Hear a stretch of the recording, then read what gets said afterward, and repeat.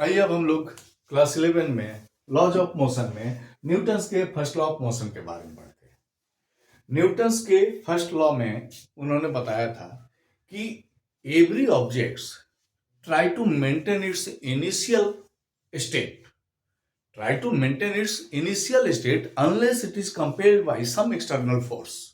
Simple सी बात है कि कोई भी ऑब्जेक्ट्स अपने इनिशियल स्टेट को, जो उसका करंट स्टेट है, इसी स्टेट को बनाए रखना चाहता है जब तक कि कोई फोर्स उस पर कंपेल्ड नहीं हो और उसके स्टेट को चेंज ना कर दे।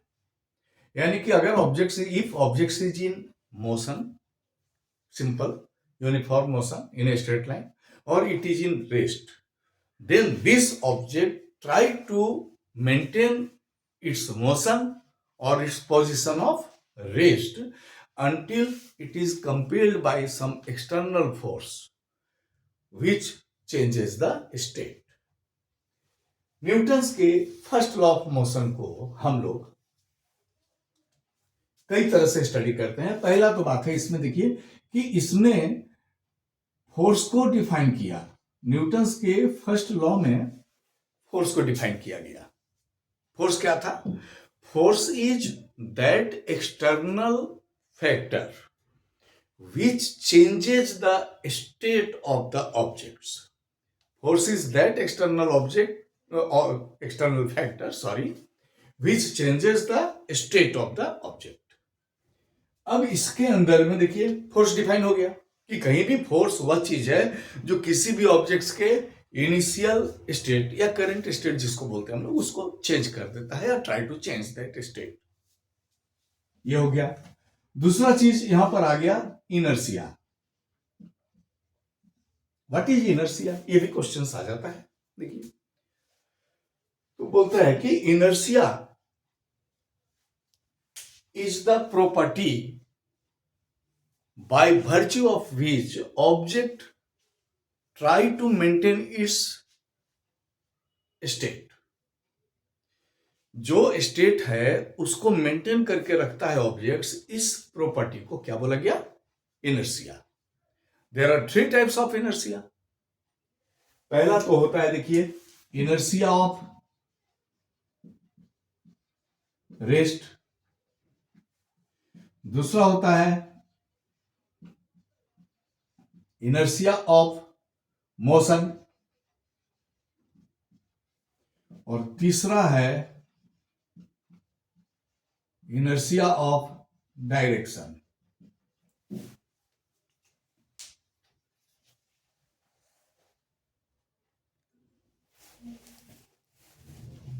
अब देखिए, inertia of rest, it is the property by virtue of which any object try to maintain its position of rest. कोई भी ऑब्जेक्ट्स अपने जब रेस्ट के पोजीशन को मेंटेन करके रखना चाहता है, that is called inertia of rest. जैसे अगर कोई गाड़ी रुकी हुई है और सडनली वो चल दे, तो उसमें जो बैठे हुए हैं ना, वो पीछे को झुक जाते हैं। क्या बहुत इंपॉर्टेंट क्वेश्चन था, 9 में भी आया है कई बार फिजिक्स में। That is due to inertia of rest. होता क्या है कि जैसे ही गाड़ी मोशन में आया, पहले तो गाड़ी रेस्ट में था, उसमें बैठे हुए लोग भी रेस्ट में थे, लेकिन गाड़ी जब मोशन में आ गई तो मोशन में आने पे उस पर बैठे हुए जो लोग हैं ना, उनके बॉडी का लोअर पार्ट जो गाड़ी के कॉन्टेक्ट में है वो मोशन में आ गया। अपर पार्ट रेस्ट को बनाए रखा, और जैसे ये मोशन में आया, अपर पार्ट देखिए अपने आप बेंड हो गया, लोअर पार्ट आगे बढ़ जाता है, अपर पार्ट बेंड इन बैकवर्ड डायरेक्शन। दूसरा आता है, देखिए, inertia of motion. Same, it is the property by virtue of which object maintain its position of motion. यानी कि चल रही है तो चलती रहेगी, उसको रोकने के लिए हमको फोर्स लगाना पड़ेगा, नहीं तो चलती रहेगी। अब कोई गाड़ी चल रही है और एकाएक अगर उसने ब्रेक लगा दिया तो उसमें बैठे हुए लोग आगे को बेंड हो जाते हैं। क्यों? क्योंकि देखिए दोनों मोशन में है, और जैसे मोशन में गाड़ी ने ब्रेक लगाया, उसमें बैठे हुए लोग का लोअर पार्ट रुक गया क्योंकि गाड़ी के कांटेक्ट में है, और अपर पार्ट चलता रहा, और लॉज ऑफ मोशन से ये आगे को बेंड हो गया। तीसरा है, देखिए, inertia of direction. Inertia of direction हम लोग देखते हैं कि जब कोई ऑब्जेक्ट्स या कोई भी व्हीकल्स टर्न करता है, किसी मोड़ पे मुड़ता है, तो उस समय क्या होता है ना कि उसमें बैठे हुए लोग आउटवर्ड डायरेक्शन में झुक जाते हैं।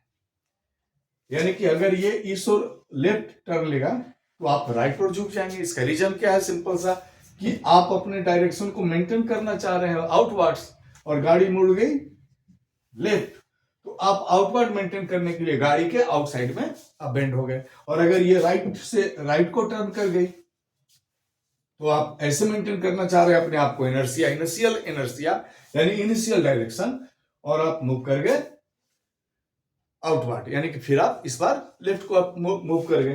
तो ये जो डायरेक्शन है that is the inertia of direction. अब इससे देखिए, इससे रिलेटेड बहुत सारे क्वेश्चंस आते हैं।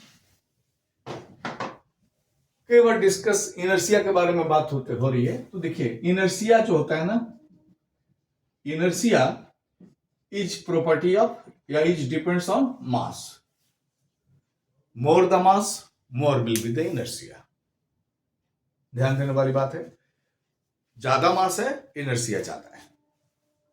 अब देखिए दो ट्रक की बात करें हम लोग, एक खाली ट्रक है और दूसरा लोडेड है। एक खाली गाड़ी है और दूसरा भरा हुआ है। दोनों सेम स्पीड से जा रहे हैं। दोनों गाड़ी का ए और बी, दोनों गाड़ी का, ये मान लीजिए कि ये खाली गाड़ी था और ये लोडेड गाड़ी था, तो दोनों एक समान स्पीड से जा रहे थे और दोनों एक समान ब्रेक लगा दिया, इक्वल ब्रेक लगाया। अब पहले कौन रुकेगा?